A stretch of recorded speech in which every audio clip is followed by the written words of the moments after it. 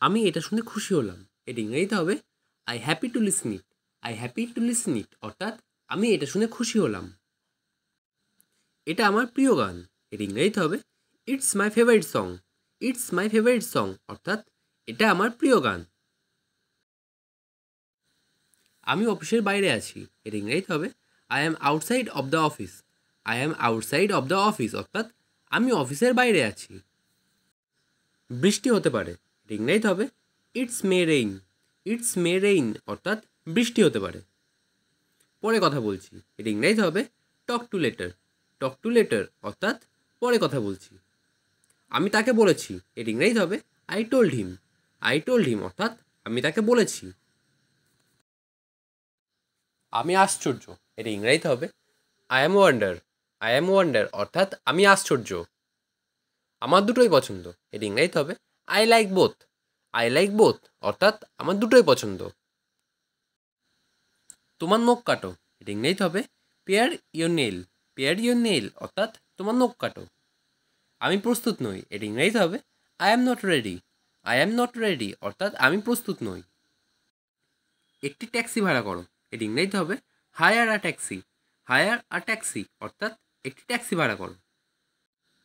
পকেটমার হতে সাবধান। এটা ইংরেজিতে হবে beware from pickpockets. Beware from pickpockets অর্থাৎ পকেটমার হতে সাবধান। সেখানে অনেক লোক। এটা ইংরেজিতে হবে there are many people. There are many people অর্থাৎ সেখানে অনেক লোক। তুমি কি ওটা আবার বলবে?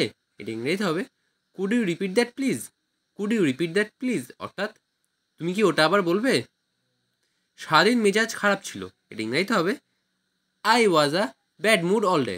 I was a bad mood all day অর্থাৎ সারাদিন মেজাজ খারাপ ছিল। কলম দিয়ে লেখো। এটা ইংরেজিতে হবে write with the pen. Write with the pen অর্থাৎ কলম দিয়ে লেখো। এটা হয়ে গেছে। এটা ইংরেজিতে হবে ইটস ডান।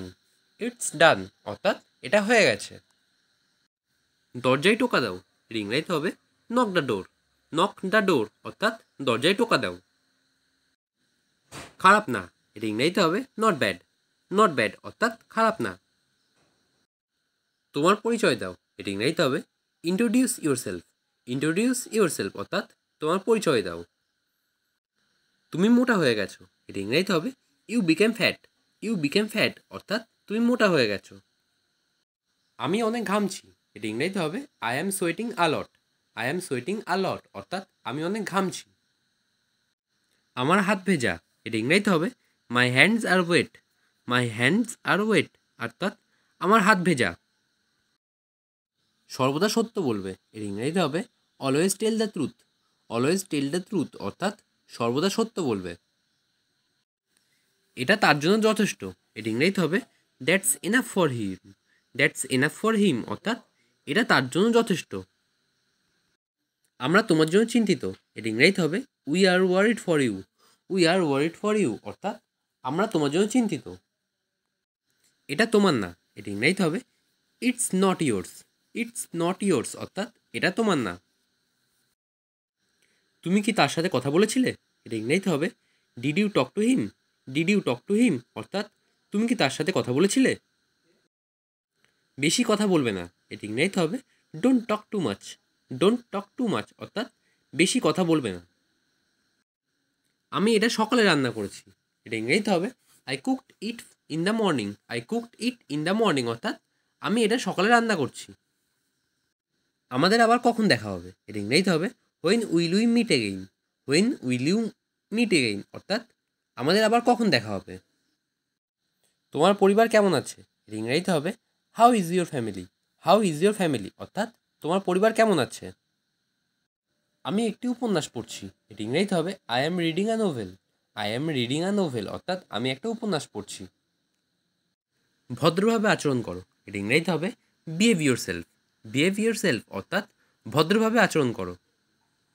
দৌড়ে উপরে যাও। এটা ইংরেজিতে হবে রান আপস্টেয়ার্স।